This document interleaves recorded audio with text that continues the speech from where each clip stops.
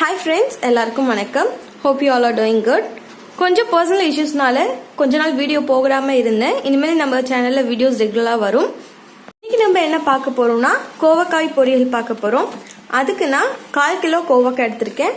ஒரு வெங்காயம், ஒரு தக்காளி, 20 பல் பூண்டு, தேவையான அளவு கறிவேப்பிலை எடுத்திருக்கேன். இப்போ வாங்க ஃப்ரெண்ட்ஸ் நம்ம வீடியோக்குள்ள போகலாம். பாருங்க ஃப்ரெண்ட்ஸ், நம்ம கோவக்காய் பொரியல் செய்யறதுக்கு ஒரு பேன்ல தேவையான அளவு ஆயில் ஊத்திக்கலாம்.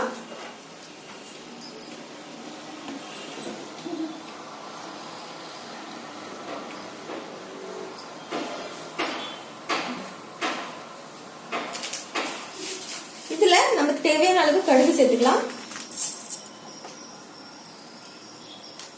பாருங்க ஃப்ரெண்ட்ஸ், நம்மளுக்கு கடுகு நல்லா வெடிச்சிடுச்சு. இப்போ நம்ம இதுல கொஞ்சமா கறிவேப்பிலை சேர்த்துக்கலாம்.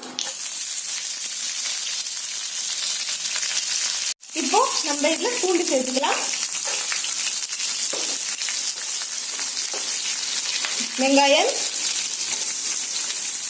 நல்லா பொன்னிறமாகிற வரைக்கும் நம்ம இதை நல்லா மிக்ஸ் பண்ணணும். ஃப்ளேம் லோலயே வச்சு நல்லா மிக்ஸ் பண்ணுங்க. இப்போ பாருங்க ஃப்ரெண்ட்ஸ், வெங்காயம் நல்லா பொன்னிறம் ஆயிடுச்சு. இப்போ நம்ம இதுல தக்காளி சேர்த்துக்கலாம்.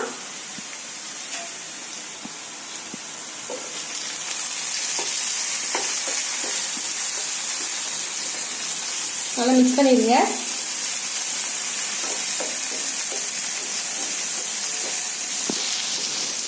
பாருங்க ஃப்ரெண்ட்ஸ், தக்காளி நம்ம நல்லா வதங்கினதுக்கு அப்புறம் நம்ம இதுல கோவக்காய் சேர்த்துக்கலாம்.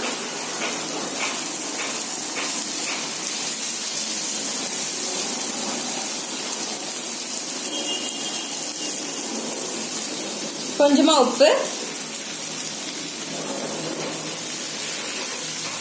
நல்லா மிக்ஸ் பண்ணிடுங்க. ஃப்ரெண்ட்ஸ், நான் சால்ட் சேர்த்து நல்லா மிக்ஸ் பண்ணிட்டேன். இது வந்து நம்ம சிம்லே தான் வச்சிருக்கணும். சிம்லே வச்சு நம்ம நல்லா இதை மிக்ஸ் பண்ணணும். நல்லா இது நல்லா வதங்கணும். நான் வதங்கினதுக்கு அப்புறம் உங்களுக்கு காட்டுறேன்.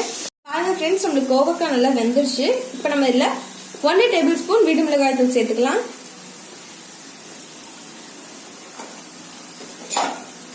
அரை டேபிள் ஸ்பூன் மஞ்சத்தூள், நல்லா மிக்ஸ் பண்ணிடுங்க. இப்போ பாருங்க ஃப்ரெண்ட்ஸ், நம்ம இதை நல்லா மிக்ஸ் பண்ணிட்டோம். இப்போ ஒரு 10 மினிட்ஸ் இதை நம்ம நல்லா வேக விடணும். இப்போ நம்ம இதை மூடி போட்டு மூடிடலாம். நான் 10 மினிட்ஸ் கழிச்சு உங்களுக்கு காட்டுறேன். பாருங்க ஃப்ரெண்ட்ஸ், 10 மினிட்ஸ் ஆயிடுச்சு. நம்ம இதை ஓபன் பண்ணி பார்க்கலாம். பாத்தீங்கன்னா தெரியும், நம்ம கோவக்காய் நல்லா சூப்பரா வெந்துருச்சு. இப்போ நம்ம இதை ஒரு பவுலுக்கு ஷிஃப்ட் பண்ணிடலாம்.